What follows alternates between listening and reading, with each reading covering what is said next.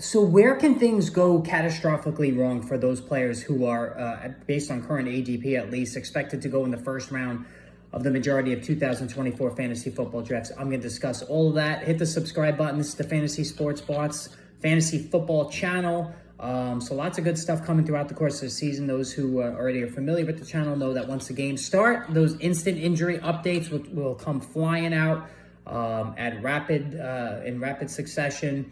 Once the games are underway, so make sure you're part of the channel there. Hit that subscribe button. Now, want to take a look, like I said, about all the 12, we'll go 13, maybe 14 deep, about the players that are expected to go in the first round and where things could go wrong. Now, if you get the first round pick wrong in your fantasy football draft, like, it's really hard to win. I mean, let's face it. With there being only 17 games. To go on. If your first round pick gets injured or face plants statistically, then you're going to have a big problem overcoming that to win your league. So I wanted to get it out there about the red flags, if you will, about these players in the first round, so that you can make more critical decisions going forward when your drafts happen, hopefully at the end of August. We're going to start right at the top of Christian McCaffrey. And now already we know that he's injured. He's got a calf strain. He's not going to play this preseason, but he is the consensus number one guy. But if you're holding that number one pick right now, knowing you're not going to see McCaffrey at all until week 1 of the season, there's a lot of trepidation, and I get it. I would be nervous too. And you all know how I feel about Christian McCaffrey. I don't care how good the player is, and this is arguably the greatest fantasy football running back of all time. Marshall Faulk, you want to give me that? That's fine, but there's obviously a lot at stake here. You're going in blind a little bit, hoping that the calf injury is okay when the season starts. And anybody who's had a calf injury knows that that's a tough injury to overcome with a high rate of recurrence. So myself, even before the injury, I wasn't taking McCaffrey number one overall. I was CeeDee Lamb all the way because, again, I've always been about the receivers in the first round due to the high incidence of injury at running back, and especially of any back that's older than 27, I shy away from. Again, Austin Eckler, recent example of how things just went into the gutter with him from his age 27 to 28 season. So injury. All right, coming off a very, very high workload. All right, the touches were insane. Really, the last 2 years, the touches have been insane. So that could now be coming home to roost in terms of the injuries happening already with McCaffrey. Nothing else needs to be said there as far as McCaffrey. So you got to really swallow hard and draft him number one with that injury already.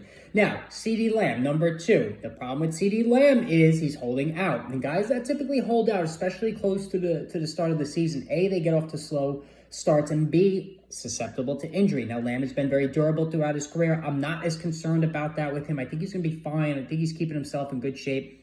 But what if he pulls a Le'Veon Bell and holds out into the season? Like, you can't imagine a scenario where that would happen, but we've seen it. Nobody thought Le'Veon Bell was going to do that and sit out the entire freaking season, but he did. And people still drafted him in the top 5, even the top 2 or 3, and got completely screwed.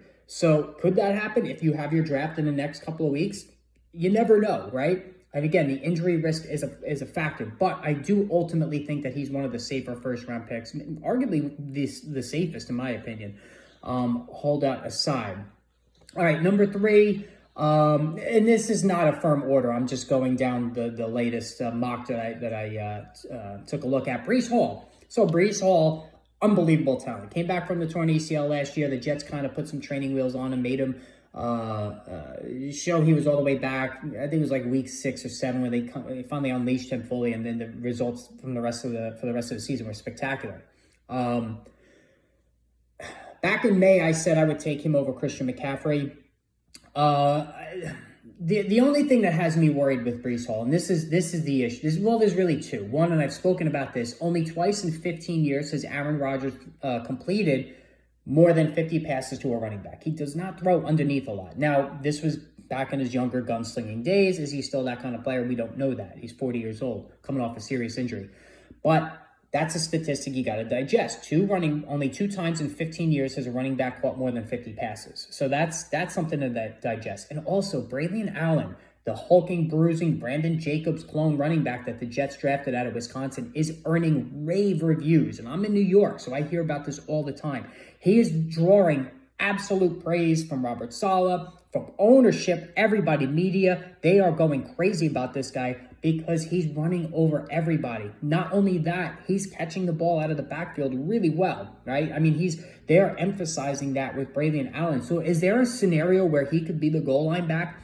I think it's possible. It's hard to think that Breece Hall would be taken off the field around the goal line.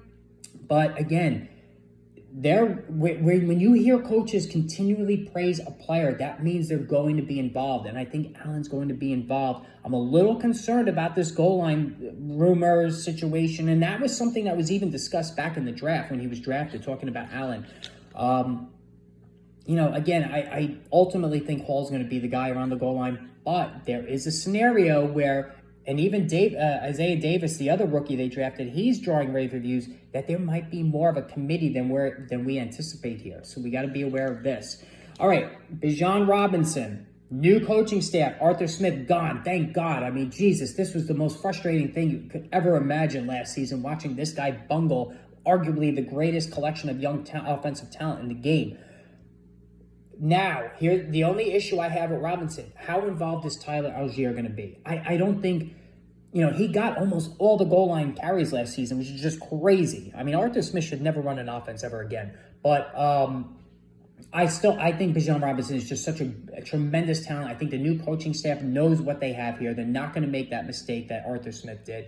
And I think ultimately Bijan Robinson is right there with CeeDee Lamb, and it might even be more than CeeDee Lamb because Lamb's holding out as the safest first-round pick. I feel really good about Bijan Robinson. I don't think Algier is going to be a major factor there. Jamar Chase, it all depends on two things: Joe Burrow's health and also his health. Chase has missed time and injury. He hasn't been the most durable guy. And Joe Burrow, we obviously know 3 of the last 4 seasons, he's missed time. So when Burrow goes out, things fall apart for Chase. So he's it's almost like the same concern you have with Tyreek Hill, and we'll talk about him in a minute. Very quarterback dependent because, listen, I mean, you could say that about anybody, but Burrow has been more injury prone than some of these other quarterbacks around the league. And so, and Chase himself has missed time and injury. But ultimately, I think Jamar Chase is going to be really good. You're waiting for that. You just feel like that 15 touchdown season is going to be coming any moment. And I think Chase, is relatively safe. Justin Jefferson. How good is J.J. McCarthy or Sam Darnold going to be? How successful are they going to be at getting the ball to Jefferson? I think Jefferson is quarterback proof. We saw that the second half of last season when Josh Dobbs and all the mishmash quarterbacks that they threw out there once Kirk Cousins went down for the season. I mean, there was a decline, but he still was heavily targeted, talking about Jefferson. He still put up his numbers. So I think no matter who the quarterback is, he's going to be fine. He's just a freak of nature. But obviously, he's no longer the top receiver. He's probably going to be the 4th receiver off the board, maybe even the 5th, if anybody likes Amon-Ra St. Brown more.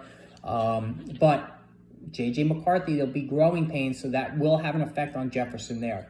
Amon-Ra St. Brown, I'm going to take it back.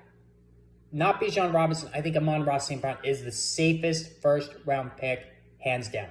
Jared Goff is durable. They're playing almost every game indoors, which is huge, right? And there's not a big collection of talent around him other than Sam Laporta that's going to be drawing targets. You hear about Jameson Williams. Let's see it first before we even factor that into the equation. I think Amon-Ra St. Brown is the safest first-round pick.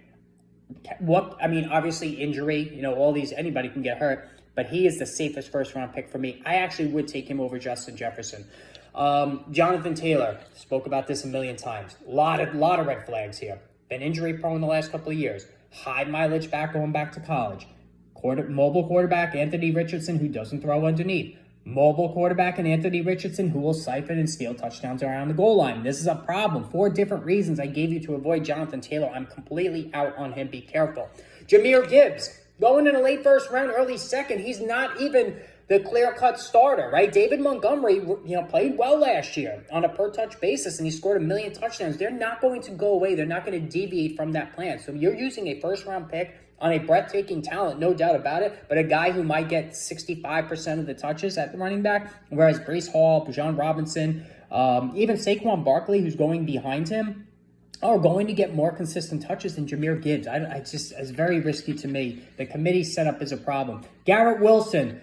all about Aaron Rodgers' health. We saw it last year. I was all in on him. I did win a title with him on my team, but still, it could have been so much better if Rodgers stayed healthy. If Rodgers gets hurt again, Garrett Wilson is going to have trouble. I know Tyrod Taylor is a better backup quarterback than anything they've had lately, but he's not the best touch player in terms of passing either. So Garrett Wilson, it's all about what goes on with Aaron Rodgers.